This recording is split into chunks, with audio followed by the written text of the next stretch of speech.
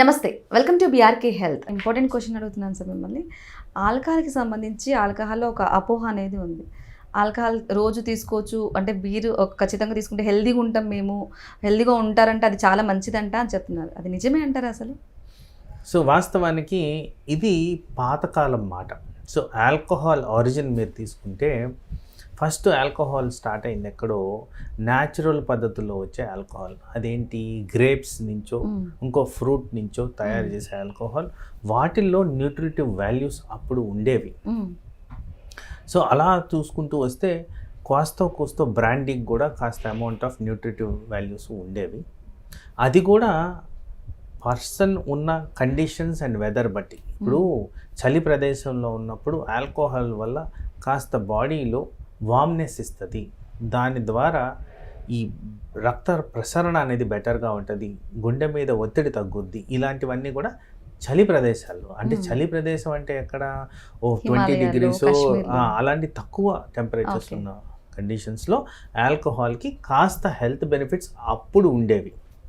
ఇప్పుడు ప్రతి ఒక్కటి పొల్యూట్ అయినప్పుడు మీకు ఆల్కహాల్ ఎందుకు పొల్యూట్ కాదు? ఆల్కహాల్ తయారు చేయాలంటే ఫస్ట్ కావాల్సిన ఇంగ్రీడియంట్ వాటర్. వాటర్ పొల్యూషన్ మనకు తెలుసు. మరి అలాంటి పొల్యూటెడ్ కెమికల్ని మనం ఎందుకు లోపలికి తీసుకోవాల్సిన అవసరం వస్తుంది? సో అందరూ అనుకునేది ఏంటి, ఆల్కహాల్ వల్ల నాకు నిద్ర సంపూర్ణంగా వస్తుంది, బాధలు మర్చిపోతాను అని. కానీ అవన్నీ వాస్తవానికి ఒక అపోహలు. ఆల్కహాల్ వల్ల నిద్ర ప్రాపర్గా రాదు. సైంటిఫిక్ ఎవిడెన్సెస్తో ప్రూవ్ అయిన థింగ్. మీకు వచ్చే నిద్ర న్యాచురల్గా వచ్చే నిద్రే కరెక్టు.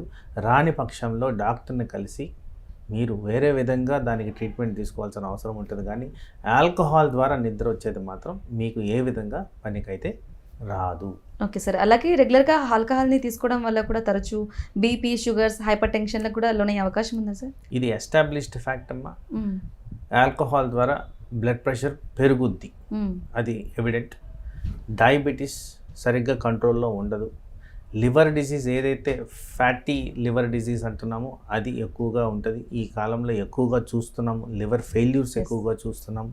వీటిలన్నిటి కారణంగా కిడ్నీలు ఫెయిల్ అవుతున్నాయి, బ్రెయిన్ ఫంక్షనాలిటీ లోపిస్తుంది, రక్తహీనతకి గురవుతున్నారు. సో ఇలా చెప్పుకుంటూ పోతే వాస్తవానికి హోల్ బాడీ డిస్ట్రాయ్ అయిపోతుంది.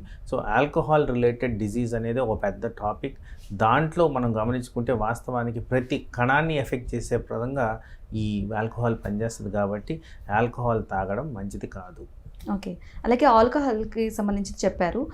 ఇప్పుడు coming to smoking sir. Smoking సంబంధించి లంగ్స్ చాలా ఎఫెక్ట్ అవుతూ ఉంటాయి. అయినప్పటికీ కూడా చాలా మందిలో గుమ్మికూడి పక్కన వేరే వాళ్ళు ఉన్నా కూడా అలా స్మోక్ చేస్తూ ఉంటారు. అది ఎంతవరకు కరెక్ట్ అంటారు సార్? సో స్మోకింగ్ గురించి మాత్రం ఒక చిన్న చేంజెస్ అయితే గమనించాను. నా 30 సంవత్సరాల ప్రాక్టీస్లో నేను గమనించింది ఏంటంటే, ఇదివరకు స్మోకింగ్ అనేది మాకు చాలా కన్సర్న్ ఉండేది. ఈ మధ్యకాలంలో స్మోకింగ్ కాస్త తగ్గుముఖం పట్టిందే అని చెప్పాలి. అండ్ అవేర్నెస్ ఆఫ్ స్మోకింగ్ కూడా బాగా వచ్చింది. గవర్నమెంట్ ఏవైతే ఇనిషియేటివ్స్ తీసుకున్నారో తద్వారా ఈ స్మోకింగ్ రిలేటెడ్ డిజీజ్ అనేది కాస్త తగ్గుముఖమే అని చెప్పుకోవాలి. అయితే మీరు అన్నట్టు పబ్లిక్ ప్లేసెస్లో స్మోక్ చేయకూడదు అనేది చాలా మటుకు ఎక్కడ చూసినా బోర్డ్స్ అయితే ఉన్నాయి. హాస్పిటల్ ఎన్వైర్న్మెంట్లో కూడా మనం చేయాల్సిన అంటే బోర్డ్స్ ఉన్నాయి ఆల్రెడీ. సో ఇవన్నీ ఇదివరకు ఉండేవి కాదు. ఇప్పుడు ఈ రిస్ట్రిక్షన్స్ అప్లై అవుతున్నాయి కాబట్టి న్యాచురల్గానే మనుషుల్లో కూడా మార్పులు వచ్చినాయి. ఫర్ ఎగ్జాంపుల్ సిగరెట్ ప్యాకెట్ మీద కూడా ఆ డిజీజెస్ బొమ్మలు వేసేసి కాస్త భయంకరంగా ఉండేటట్టు చేసిన దానివల్ల కొంత అవేర్నెస్ అనేది మార్పు ఉంది.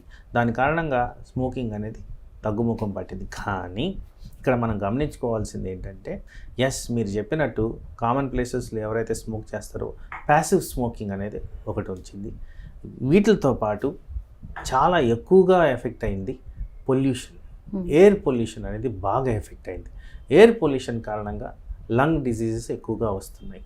సో ఆ కారణంగా స్మోకింగ్ ఒక్కటే కాకుండా లంగ్ డిసీజెస్ పొల్యూషన్ కారణంగా, ఈ స్మోక్ కారణంగా, లెడ్ కారణంగా ఎఫెక్ట్ అవుతున్నాయి. కాబట్టి ఎస్, లంగ్ డిసీజెస్ ఎక్కువగానే చూస్తున్నాం. వీటిలో ఎక్కువగా చూసేది అలర్జిక్ బ్రాంకైటిస్, అలర్జీకి రిలేటెడ్ ఉన్న లంగ్ కండిషన్స్ ఎక్కువగా మేము గమనిస్తున్నాం. Right sir. Okay sir. Thank you sir. Thank you so much. Thank you.